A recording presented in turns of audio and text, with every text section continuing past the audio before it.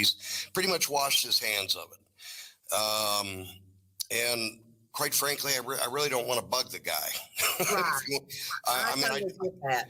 I do have a heart, you know. I mean, I don't like to cause pain or upset people or anything like that. Although, what I can tell you about Darren was living life rather dangerously, in my opinion.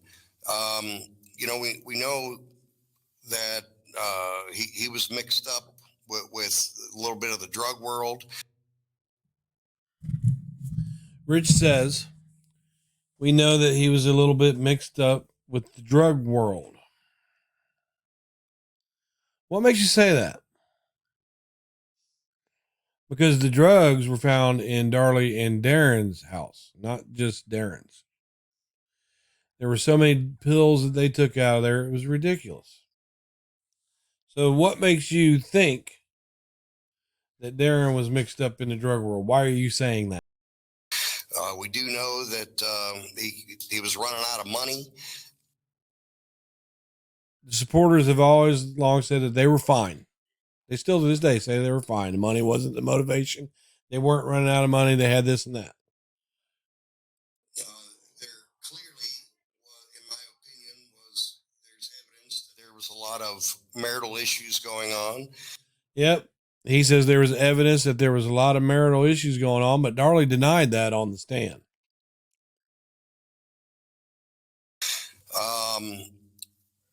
As a matter of fact, I mean, the night of the murders, which would have been, you know, later in the evening, 9, 10, 11 o'clock, somewhere in that time range, you know, Darlie had asked Darren for a separation and or divorce. It was one of the two. It hasn't really ever been clarified, but. Well, Darren said it was a separation, but the thing of it is, Rich knows that in their first initial statement, that neither one of them mentioned the argument or the divorce. Neither one of them. They left that out. Why? Why would they leave that out? That the parents of two murdered kids an hour before they were murdered were arguing and talking about a divorce? It was either a separation or a divorce, and of course, I mean that can really send shockwaves. So there clearly was marital problems. Yeah, remember, Darlie says there wasn't. Rich says there clearly was. Most supporters say there wasn't. Rich said clearly there was. There's clearly monetary problems. And most supporters say that they had all the money in the world. They weren't doing fine. Darren even said he was doing fine. And there were definitely some issues in the house. Definitely some issues in the house. Definitely some issues in the house. That's why they left out that there was a huge argument that night. They left it out in the first report. There's no question about him. He seems kind of shady. He had like this insurance scam, allegedly.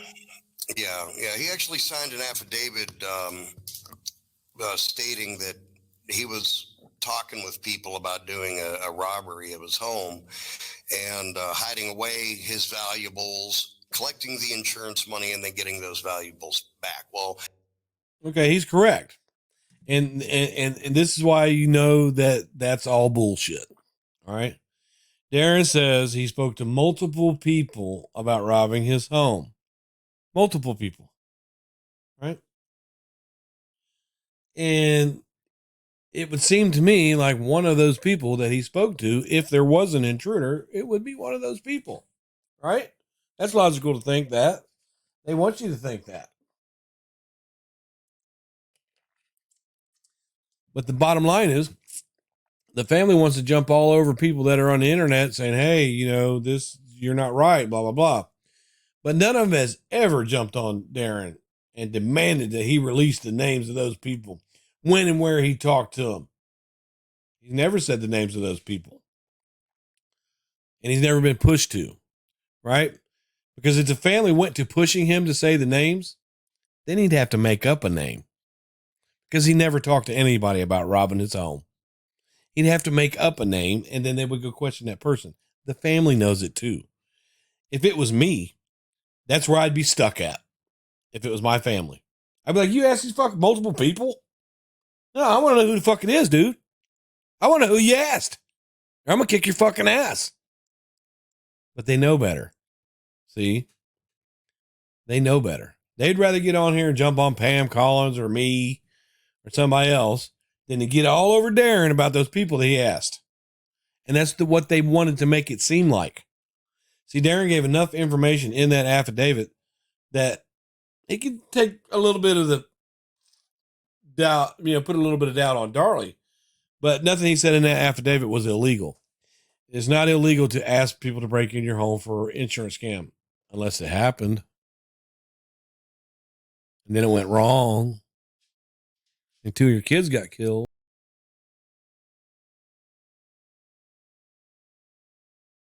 That's flat out fraud, and that's also a felony. But he signed an affidavit to it stating. Rich, no. Just asking people to rob your home is not a crime. It's not fraud. It's not a felony. It's not even a crime. I can say, hey, Rich,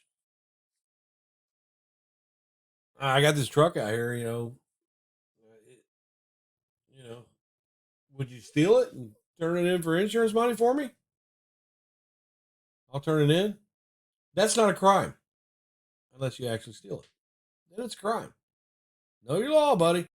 That he had it in plan, but he said he never hired anybody to do it. But here's something I find interesting. Darren has never named anybody that he has talked to about that. The only person that's really come forward about it was Darlie Lynn's stepfather. He said he suddenly remembered that. Suddenly remembered it. He suddenly remembered that shit around appeal time. Robbie Key, he put an affidavit, said he had a conversation about breaking into his house with Darren. Now, think about it like this. What kind of shady ass dad goes to their father-in-law, who's also shady, and asks to break into a home? What made him think that Robbie Key would help him? What made him think that it was a good thing to go ask his father-in-law? If I went to my father-in-law and said, "Hey, man, you help me break in my house," he would tell his daughters, like, "Get the fuck away from that guy." It doesn't make sense. It just doesn't. It's all the whole insurance thing and both those affidavits. That was a scam to get the public to think that there could be somebody else. Darren had come to him about an insurance scheme. So, but other than that, Darren's never named anybody he's talked to. And the family has never pressured him to. Let's not say that Darren's never named him. And the family's never pressured him to. Never. They should be all over his ass instead of sitting on Facebook and YouTube picking at everybody else. Because to me, if there was an intruder, the answer is in the multiple fucking people that he asked. That's the answer. Or are you guys that dumb? All right? Because there was no intruder. About that. I don't remember where I saw that, but they were interviewing Darren. And he was older in this interview, so it had to have been a couple years ago. But he says that Darlie's defense team concocted that story and he just signed the affidavit. Thank you, CC. And see, I know CC. What she's talking about is on the last defense. And she's talking about the attorneys. And I believe one of those attorneys was the husband of Kathy Cruz, which wrote the Dateline Purgatory. I can't prove that. He said the only reason he did that is because, the attorneys put it in front of him, showed him a piece of paper, and he signed it. And he ends it with, "I did it for Darlie. I did it for Darlie." He's trying to get, drum up some reasonable doubt that doesn't exist. He's trying to help her by making up this fake story about, and it's fake. It's fake because the family has not demanded. Look how nasty they are to me or Pam or somebody over a comment. And here Darren saying that he asked people to break in his house and it got broke into. They should be wherever he's at. No, motherfucker, you're going to tell these names. The reason it's not happening is because there are no names for him to tell. And they know it. To help her. Well, I mean, he could say whatever he wants. Right. I mean, there's a lot of evidence proving that happened. As a matter of fact, there's no evidence proving that he asked multiple people to break in his home, Rich. There's no evidence of it. Basha, Javel, and Helena, they were actually mother and daughter that were actually employed by the Rotiers. Basha Javel said that she sat right in their living room while they were having a discussion about the insurance fraud. That's right. And he's getting this from the interview that I had with Basha. Right? Basha said that, they were both, Darlie and Darren, thinking about having this thing done, and they asked her to help. That's one of the damning things in Basha's interview. So he remembers it because that's where it came from. She said Darlie Lynn knew about it. Darlie Lynn claimed she never knew about it until later years down the road. Nope. She said she didn't know about it. She said, I found out about things I didn't know about back then. Rich, she said she didn't know about it. But Beja said she did. But Basha Javel, I mean, there are definitely some strikes against her, and a lot of the stuff that she says is hearsay. Because when she testified at trial, she certainly, some of the stuff that she has revealed, she did not reveal at trial. And I asked her that too. I said, why didn't you say any of this on the stand? And she said, well, Darlie was my friend. She said, I really only wanted to answer what I was asked. She didn't want to bury her. Not even remotely close. So, in my opinion, it's hearsay because there was no oath given during her statement. Yeah, her statement was on my channel. It's hearsay to him. Let him, and he's right. We can't prove anything Beja said. But let's remember, he says this is hearsay. But she says she has said a lot of damning things about Darlie. That's for sure. Yeah. Yeah. So it's Helena. So I heard that Darren took a polygraph test 18 months after Darlie was convicted. I think this private investigator gave it to him, and he failed miserably. Yeah, that was Brian Pardo. Darren's Aunt Sandy was trying to help because she didn't think that Darlie did this. And Darren's Aunt Sandy actually tried to hook Darlie up with another inmate named Phil Adams, who was doing jail time with her while she was down there doing a trial. They were writing back and forth.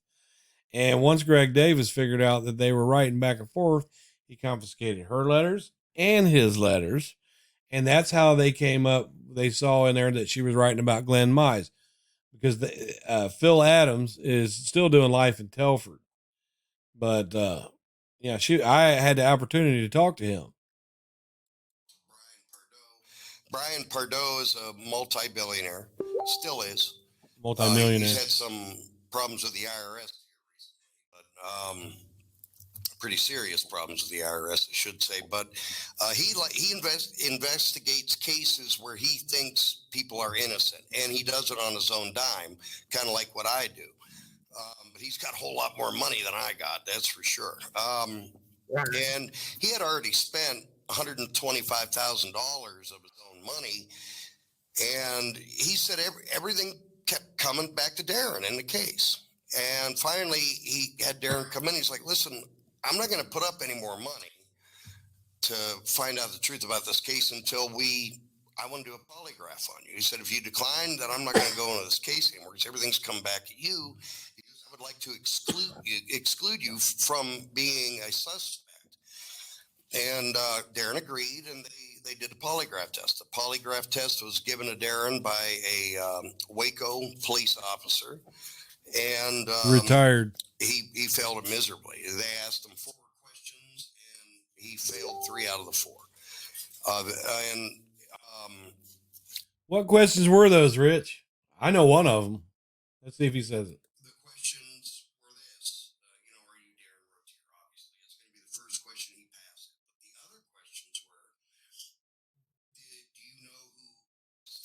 your wife and your children on June 6, 1996.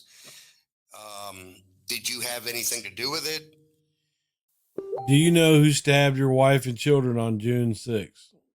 Now, if he believes in his head that Darlie did that to herself, and he says no, that's going to look like a lie. It's going to go on what your brain thinks.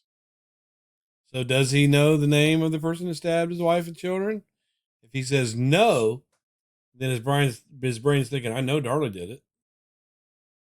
And he's going to fail. But anyways. And did you stab your wife and your children? He did not fail on that one. He did not fail on that one. So those three questions he failed miserably. No, he did not fail on did you stab your wife and children, Rich? Mm-mm.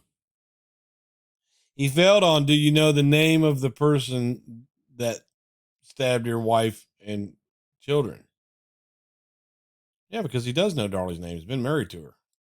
Failed so miserably that the Waco police officer that administered the lie detector test actually come around the table and said, He said, I don't know how you can sit there and smile when I'm accusing you, blah, blah. Yeah. down in front of Darren and tried to get a confession out because he was just that sure that, Darren had done it. And of course, he didn't get any kind of a confession out of Darren. He vehemently said, I had nothing to do with this. I don't know what you're talking about. So if Darren failed this lie detector test that says, did you stab your wife and kids? And he failed no on it, then why is the family not jumping all over him?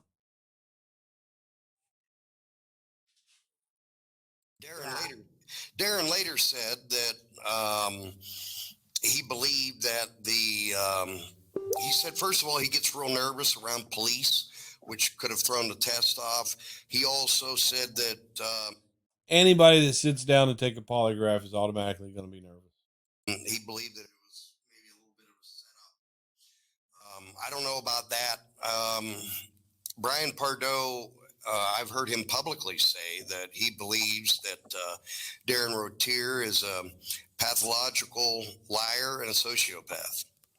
Yeah, I think. Yeah, Brian Pardo could say whatever he wants because he lost all of his business because he was a fucking con man. Darlie, this is a theory I've heard, and I gotta go with it. Maybe she could have been drugged that night. Yeah, well, I mean, they did toxology on her at the hospital, and everything come back negative. Right. But what they tested for in 1996, the amount. He's going to go on about some chemical in her mouth. I guarantee it. I haven't heard this. Amount of stuff that they would test for in 2020 is doubled. Some people claim that she may have been knocked out with xylene. Nope. I knew he was going to do this.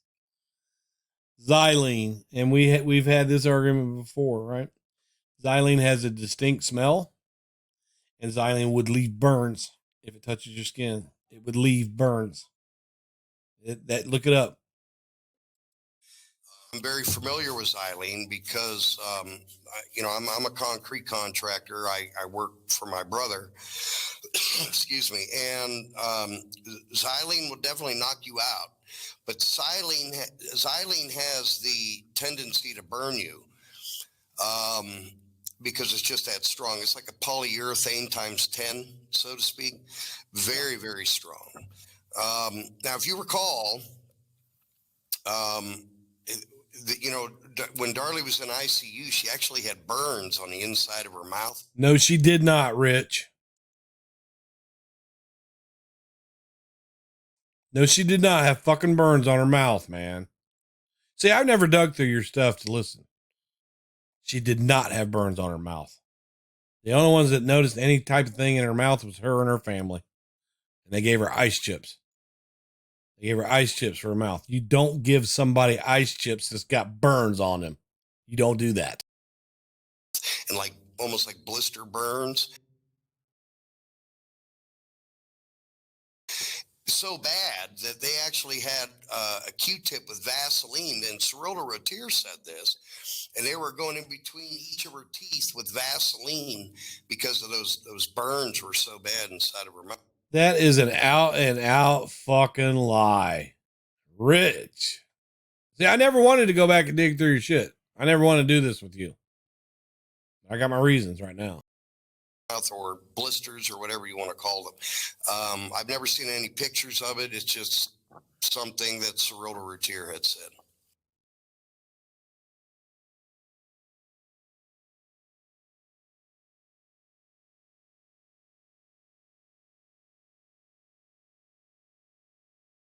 Wow.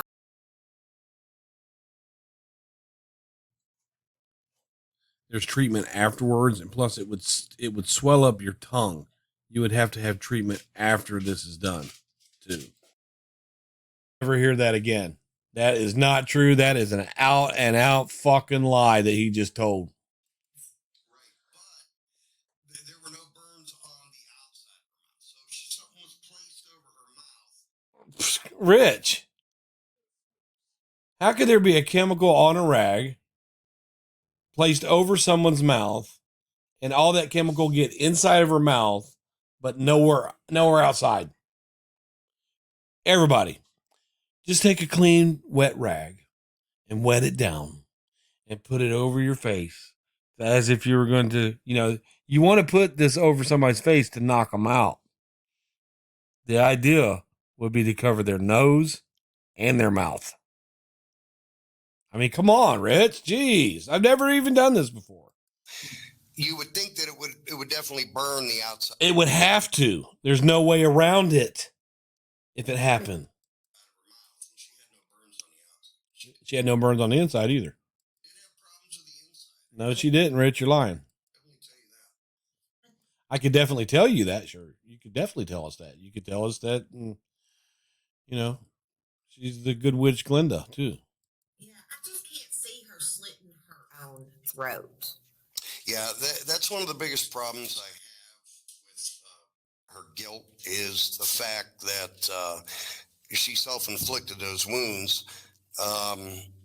For 4 years, I was the activities director at the Next Step in Newcastle, Pennsylvania, which is a social mental rehabilitation center. And I had over 600 clients that I had to deal with.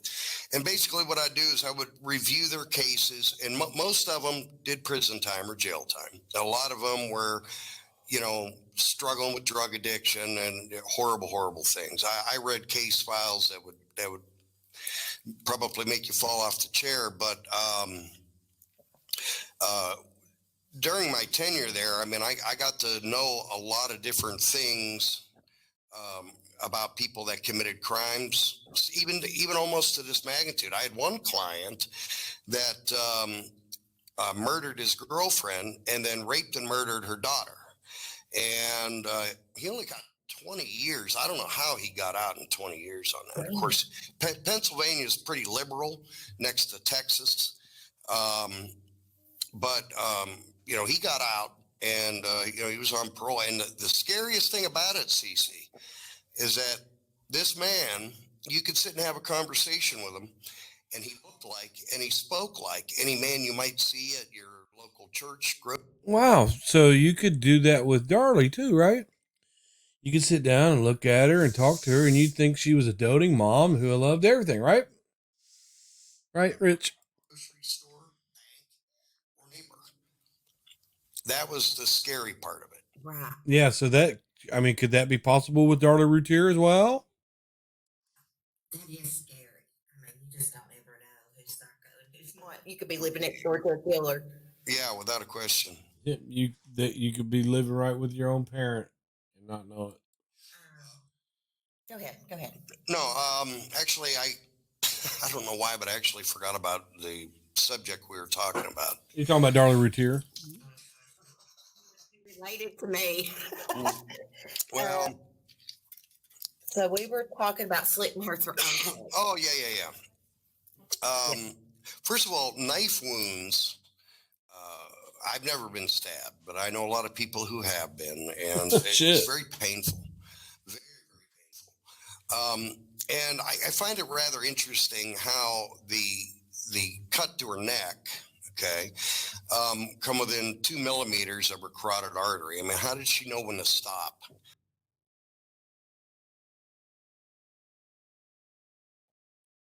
Right? Because just the top of the skin, it'll hurt. But when you start cutting through fat and the carotid sheath, it just nicked it. So the pain would automatically reflex you away from it. That's a natural reaction, which is probably why you have one long mark and then another one. I'm trying to sound so much like Ken Maines right now. I like the way he talks. Now, some people believe that she murdered those boys and then she was going to kill herself. Well, first of all, I could think of 101 better ways to kill myself other than doing that. I mean, Darlie Lynn, and I mean, excuse me, she was the kind of person. Now he's going to give us a personality on her, and he doesn't know what she's like outside of prison. And he's been to see her. I'm trying to figure out how I would profile her as a person, to where it's not degrading. Well, you got to think about it. Shit. You know, I mean, I think even Darlie Key would agree with me on this. That, you know, when Darlie Lynn, especially when she was convicted when she was 26 years old. I wonder if he's going to talk about how she looks. When the murders occurred and even prior to, she's a pretty naive young gal. Yeah. I just, you know, and not just that, if you look at Susan Smith's case and you look at the Darlie Lynn case, which I think the Susan Smith case helped convict Darlie. No, they didn't use any of the evidence in the Susan Smith case at Darlie's trial. They didn't use any. Her name wasn't mentioned at her trial. What convicted Darlie was the preponderance of evidence in that house, circumstantial and some physical. That's what convicted Darlie. Susan Smith confessed. Darlie hasn't. Believe it or not. But, yeah, I do too. But if you look at that case, you know, she murdered her children by putting them in a car and driving it into a lake. She made him disappear. And yet she still confessed. Now, if you're going to kill your children, you're going to butcher them on your living room floor. You know, if you're going to murder your children, chances are you're going to do it in a way to where they disappear, or they vanish, or something. And come, Rich, you need to study filicide. Andrea Yates drowned all her kids. Chris Watts tried to make his kids disappear into an oil well. But they like Diane Downs. They didn't make their kids disappear. They just fucking killed them. Name one case where a mother or a father has tried to make their kids totally disappear. Come on, Rich. In this particular case, it was, I mean, it was pure rage. What killed those boys? I mean, I've seen. Absolutely, because FBI profiler Alan Brantley, he said there was a maximum of devastation and a minimum of property damage. He felt like the MOA, the method of attack, was so much different. You know, Darlie got slices. She didn't get straight down wounds into her body. She got slices. The boys got straight down wounds that were into their body. The method of attack was totally different. It was like somebody was fucking mad at the kids. Darlie got slices. They got stabs. Stabs. The autopsy photos. I've read the autopsy reports. I mean, that wasn't. I really don't even think that was premeditated in any way. That was rage. That was impulse and rage. Thank you for saying that. We'll get back into that. Yeah. It's just, I just don't think with her mentality, she has no history of mental illness. Okay, here we go. The no history of mental illness thing. She has no documented history of mental illness, Rich, because we got it out of Danelle that she was molested by her dad. Danelle's response to me asking her, did Dennis molest her when she was 8 years old? At first, she told me a long time, I don't know anything about it, blah, blah, blah. But I know she does, and I know it's a question she can't answer. Okay, so what she finally said was, I'm not going to talk to you about what happened with Darlie because that didn't happen to me.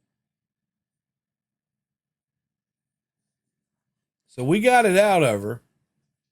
There's no way around it. She knows that happened to Darlie and that did not happen to her. And she's not going to talk about what happened with Darlie because it did not happen to her.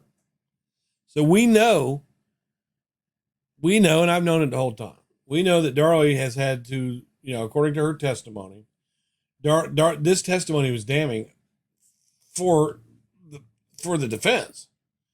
But when she said, that my father began to fondle me from age 8 on, the first time, I think I'd have to look at it, but I know it was continuous. I think the first time she said it was when she was 8, but her statement indicated that it was more than once. Right.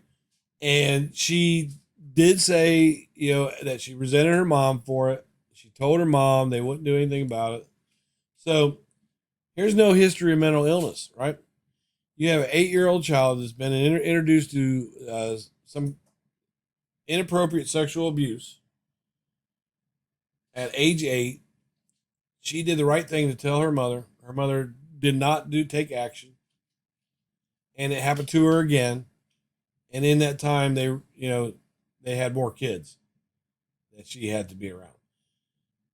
If you recall correctly, Darlie had, she was 8 when it first happened.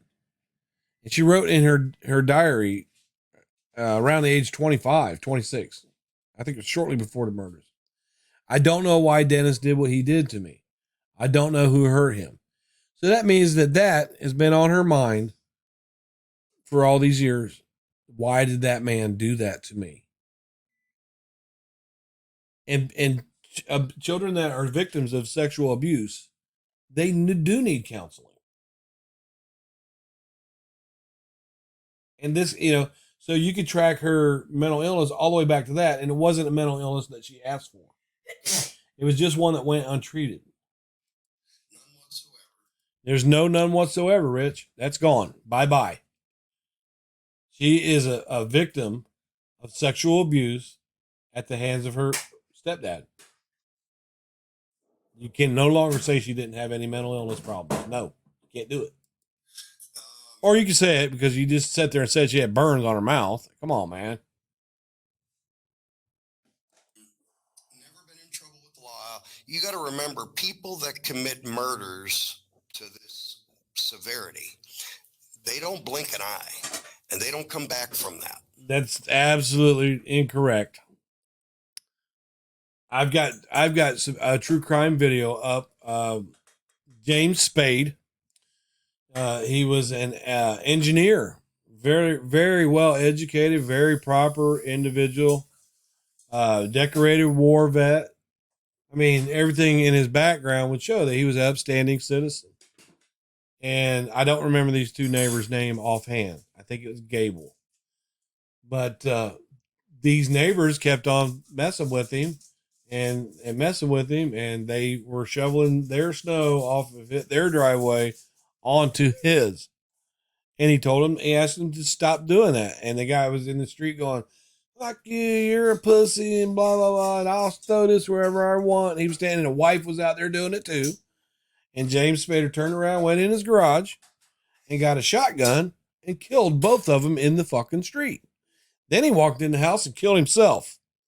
This was an upstanding citizen, a very highly upstanding citizen that was sick of people's shit. Check it out on I think it's called Killing in the Name of, on my video. I've got the whole footage of all of it. It's all there. All of it. You see all of it. And then you'll see James Spade's background. I could go into more of people that had, a pretty clean background and just snap. There's a lot of them. But I can't go into it now. I'll just give you the James Spader. And it's just simply not the case. So You don't know what is not the case because you just sat and said that you dealt with this person and that you're talking to him and you would never know it. You just said that about somebody, that they killed these people and stuff, and you said you would by talking to them you would never know it, and you're saying that it's not the case here. You don't know. I heard a journalist, I can't think of his name now, that said it's either she didn't do it or she's one of the best Hollywood actors Hollywood's ever known. That was Skip Hollingsworth that said that. Yeah. And I think everything was about appearances for Darlie. Because if you really think about it, check this out. She's everything about it. Her eyes are fake. Her tits are fake. Her hair color is fake. It's all, let me put on for show, fake. I mean, she just sounds so sweet and meek. Well, yeah. And I have regular correspondence with Darlie. He hadn't been to see her yet. She's an incredible writer. I enjoy She ain't got nothing better to do with her time than write about how she didn't do this shit to people. writing her. I enjoy getting letters from her. They're always positive. It's not, oh, poor me or Yeah, he's right about that because I've got letters from Darlie. And there she is. this or that. But she's very aware, okay? Darlie's very aware from the court days, the jail days, of what writing things down on paper and sending them out to the public means. That it's all under surveillance. She knows that. She knows that now. Every bit of it. It's never like that at all. It's always positive. I got my garden started out here. What do you think of this weather? How's everybody doing in your family? Her concerns when she writes to me isn't necessarily about her case. Her concerns are, how are you doing? How come her concerns aren't, can you help me find this killer? Fuck your garden. She's got somebody from the outside. Can you help me find this killer? Never. Yeah. What's going on good with your life? And she really does appreciate the letters that she gets. I asked Darlie. Every inmate loves getting letters. We all, as inmates, we like getting hearing from the outside. Makes our day. One time I said, and I'd hate to know the hate mail she gets. She don't get any hate mail. The reason that she doesn't get hate mail is because if people are writing in there, threatening her, saying mean shit to her, she'll never know about it. She'll never see it. She'll never see it because the COs go through their mail. They literally have to check every letter that comes in. And people do get things in through the mail. I mean, they're very sneaky. And they also look at the letters. They're looking for prison codes. They're looking for code stuff. So, and if Darlie was to get letters and somebody was sending her hate mail and threatening her and saying shit like that to her, one, she wouldn't see it. And two, you'd get a visit from somebody about, hey, stop, you can't harass her. Can't do it. So Darlie Key finally told the truth because you won't get hate mail. My son's in there and people hate his guts. He ain't got one letter and he never will. Even on JPay. You're not going to see that. She gets no hate mail. Wow. No inmate does. Which I found that to be rather surprising. I don't know why you found that to be rather surprising because, apparently you don't know that they're not going to allow that stuff to come to you in prison. The federal mail does not belong, that mail does not belong to that inmate. That mail belongs to the institution. They would not let her see it. What if they let a hate mail slip through to somebody and it sets them off in a bad fucking mood and they kill somebody or go off on another inmate? You'll never see hate mail. Never. Yeah. I mean, if she didn't stay positive, can you imagine how she would be, her mind, her emotions? I couldn't imagine, begin to fathom, and it's the same with the family. And, a lot of people say horrible things, about that family. Well, some of the members of that family I happen to know, and they have been always extremely respectful toward me, even if Because you support Darlie. they disagree with me about something. They're very respectful. They're very Yeah. kind. They, I've never. Rich, they did that with me too. Now I didn't know Dana and I didn't know Danelle, but Mama Darlie was very nice and respectful to me. Serilda was. They were when I supported. Had any problem. As a matter of fact, me and Darlie Key actually play a game online. She whoops my behind on it every time. Why would they be mean to you, Rich? You're supporting Darlie. Why would they be anything but nice to you? I don't support Darlie. I used to. I don't support Darlie, and look what I've become. Look what that family has tried to make me become. Is that because they're kind to everybody? Play it, but it's kind of like this trivia strategy game that we play is actually really good at. As a matter of fact, the last letter I wrote to Darlie Lynn, I told her about it, but He's calling her Darlie Lynn. And I used to do that as a supporter because you feel like a family to her. We always call her Darlie Lynn or Darlin. And when I came back as a non-supporter, I had to, I had to stop doing that because that's too personal. But as a supporter, I would call her Darlin or Darlie Lynn because that's what her mom calls her. I feel really bad for that family. I mean, they're clearly victims. They are victims of the murder. Yeah, I can't take that away. I'm not trying to. They are victims of this suffering. And people, especially the non-supporters, they want to be non-supporters. They have that right. But my God, to be nailing on that family like that is, I mean, stop and think for a minute what, like Darlie Key, for example, has gone through. She has lost 2 grandchildren, and she might as well have just lost her daughter. And she was selling media tried, justice denied on eBay with that had books. It was a book that had pictures of Devin and Damon in the state they were found in. And Darlie Key was signing those and selling them for $25 a piece. That's the fact. We saw that. Yes. I can't even begin to imagine that. I have 2 grandchildren and I have 2 daughters. I couldn't imagine it. I just couldn't. Yeah, she's definitely a strong lady. I've watched her on interviews and things like that. Darlie's new boyfriend, the other Darren, I had a little run in with him like when I first started my channel. I mean, hey, this guy pops in my chat and says he's Darlie Brewer's boyfriend. Of course, I'm going to background check him Guy's an idiot. I think I was there that day, CC. before I let him on my channel. He got really upset about that.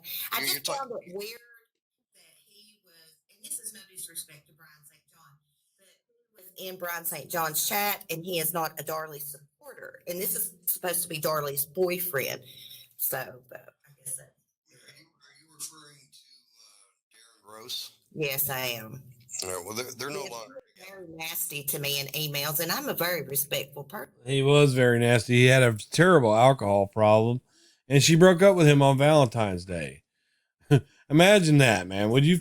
I wouldn't be upset if somebody I could never touch broke up with me. Listen, but if you tell me you're dating Darlie, I gotta look into it before I let you on my channel. Which you know, He was. They're no longer together. oh, okay. Yeah, I'm not going to get into the details, but Okay. only just for respect to the family. And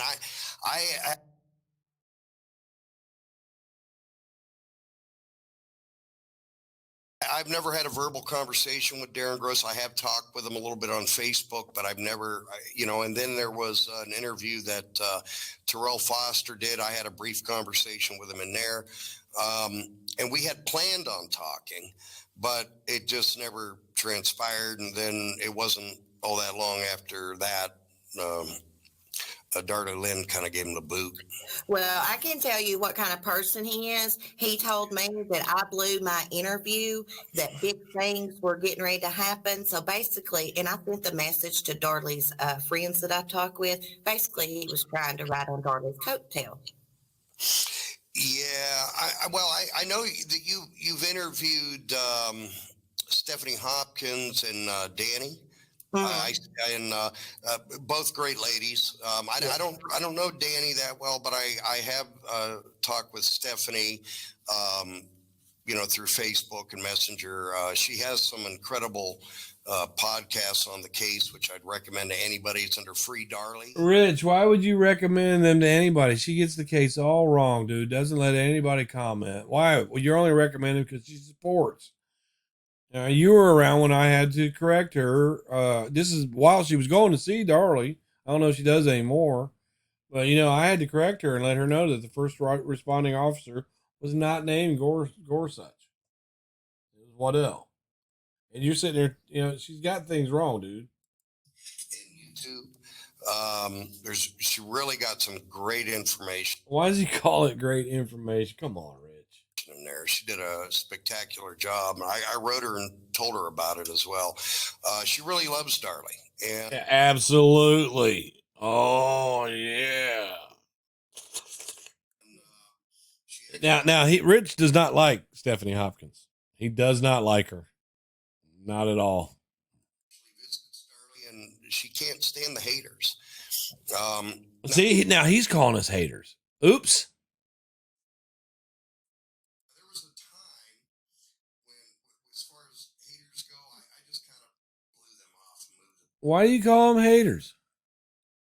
To the side, but I'm going to tell you, some of those people get so personal, it is literally almost impossible to, brush them off to the side. Really? Really? Like what Danelle did? It gets real hard. Yeah. You're saying that we do this, but I've got evidence that Darlie's sister does that. And I have pretty much backed off of all the haters because there's just no communicating with most of them. Now I have. Yeah. Well, I know Pamela Collins. I'm not going to say she's a hater necessarily. She's a non-supporter. Yeah, and he did an interview with her where they discussed the photographs in the crime case, and she got him so bad, caught him on everything wrong, that he deleted it, and he has not put it back up. Pam owned him, Pam owned him on the facts so bad that he removed the video. It's gone. But I can actually have some conversation with her. We're very respectful when we talk. Same with Bryan.St.John. Yeah. But I'm telling you, for the most part, most of those non-supporters, they are vicious. And I know. But he's not giving any evidence of that, and I've got evidence of Danelle doing it now. but it's the same on the support side too. Yeah. And then they get to the point to where they get desperate, because I think there's a lot of questions on both sides of the aisle, and then sometimes they tend to start making up stuff. Rich, like, I don't know. Waddell was asleep in his cruiser. That was on your show. The Force of the Knives was no. Wait a minute. Let me see. The medical examiner said on the stand that Damon could have only lived a maximum of 9 minutes. And Danelle said on Ken Maines' show that Darlie's DNA was found on the outside of the sock. And if you listen to our interview with her, she doubled down on that and said, well, it was all over the outside of the sock. Those kinds of things, Rich. Yeah. And there's just nothing good comes out of that. Nothing. Yeah, nothing good comes out of lying, because especially when you do it to me, because I'll catch you. So I'm kind of careful as to who I have conversations with. Now, he doesn't say anything about what a non-supporter made up lies. He doesn't do that. I wish CC would have asked him. Something I was always being confused with is the sock in the alley. Yeah, that's probably the biggest controversial part of the case. Oh yeah, and even Mr. Maverick, I was wrong too, so I can't knock. But, Mr. Maverick, and he said, oh, she's doing a great job over there. Outstanding. But in it, she says that the canine dog walked up to the sock and stood stationary. So, and that's how she knew that a car picked up the intruder. And Rich didn't correct it. I didn't. I always thought that a canine got the sock too. I always thought it was a canine that found the sock.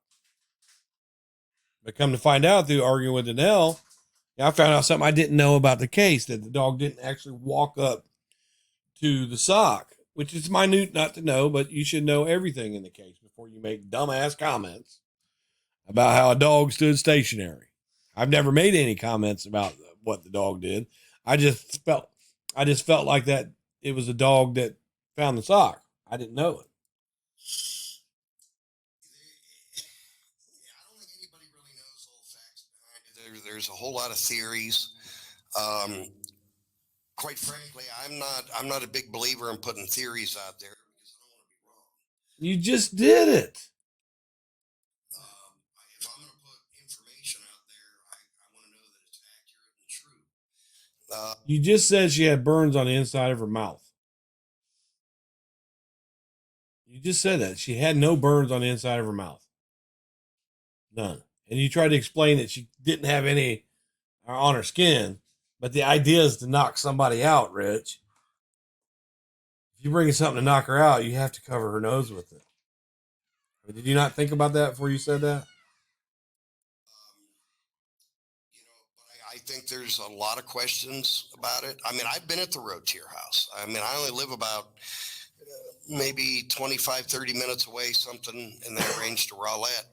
I've been through the neighborhood. I know the development well. I've been to the house. I've been through the alley numerous times. I actually did a video on it. Mm-hmm. And he just seems like the nicest guy ever. Him. I don't really know what to say about the sock. Right. I really just don't know what to say about the sock. Here's what I'll say about it. Okay, they say that they found her DNA inside Darren's sock that was found. Okay, well, what they said that they found was either skin cells or saliva of Darlie Lynn. They didn't specify which one. They just said or, which I think is quite a huge range of possibilities. I mean, you're talking between skin cells and saliva. And if it is saliva, which let me just say this, I don't want to go real deep into this aspect, but there's a lot of stuff getting tested as we speak. The Innocence Project is doing really a good job. This was 4 years ago. This is when they just picked him up. And he says they're doing a good job. You don't know what kind of job they're doing. They didn't say nothing. I've sent them everything that I've had through somebody else. And, this stuff is getting looked into. But I think there's a big difference between, I mean, you can get skin cells on there from your face too, but the saliva is the key. And he's not talking about whether it was on the inside or the outside yet. I want to see. If there is saliva on that sock, I think it's gonna tell a whole different story than what we know. Well, her saliva on the sock wouldn't really mean anything, Rich. If you think about it. Well, I was going to say, if it was skin cells, of course they would be there. She did laundry. She did not do laundry that day. She did not do laundry that whole week. I want to see what he says to this. Anybody ever done laundry and the socks inside out? You got to turn it?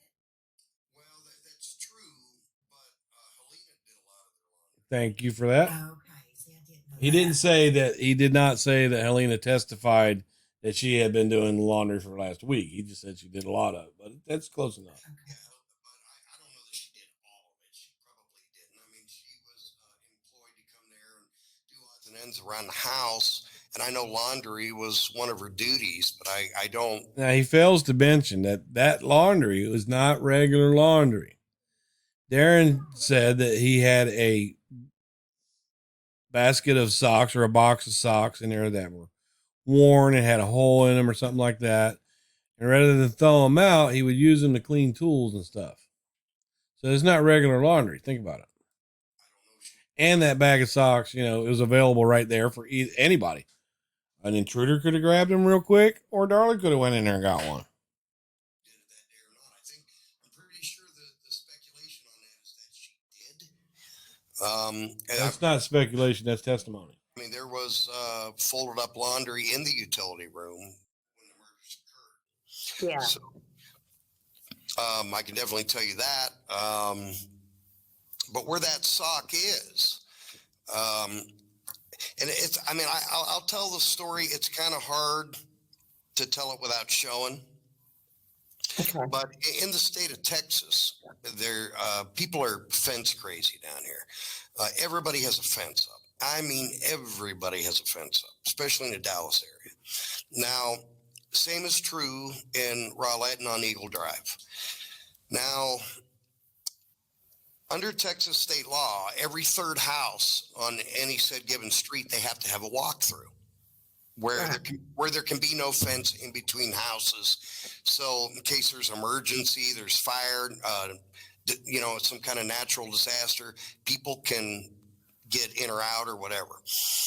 Now, where that sock is right where a walkthrough is. So there was access from the front yards as well as the back yards. All right, I'm going to stop him right here. Okay, so I'm in the back alley. The sock was found right here, right where this arrow's at. The cam was up on the thing at the time. There is a walkthrough here, right? Just like Rich said, there's a walkthrough here. See that? You can go right across Eagle Drive, right there. So what I'm going to do is this. I'm going to show you something. Show you why that doesn't work.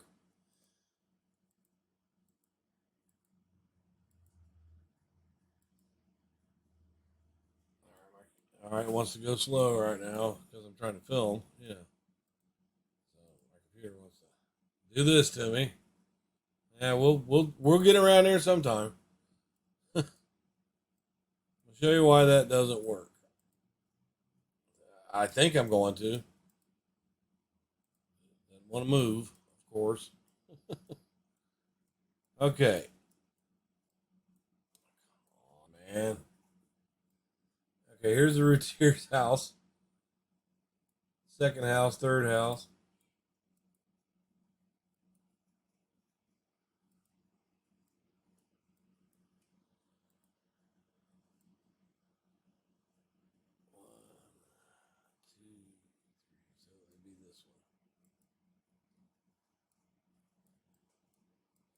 For some reason.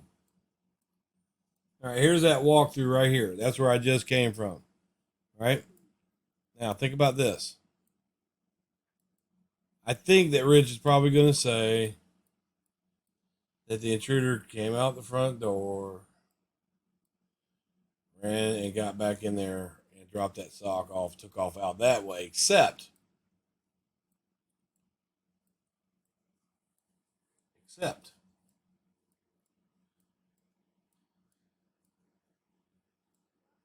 this is Gorsuch's house.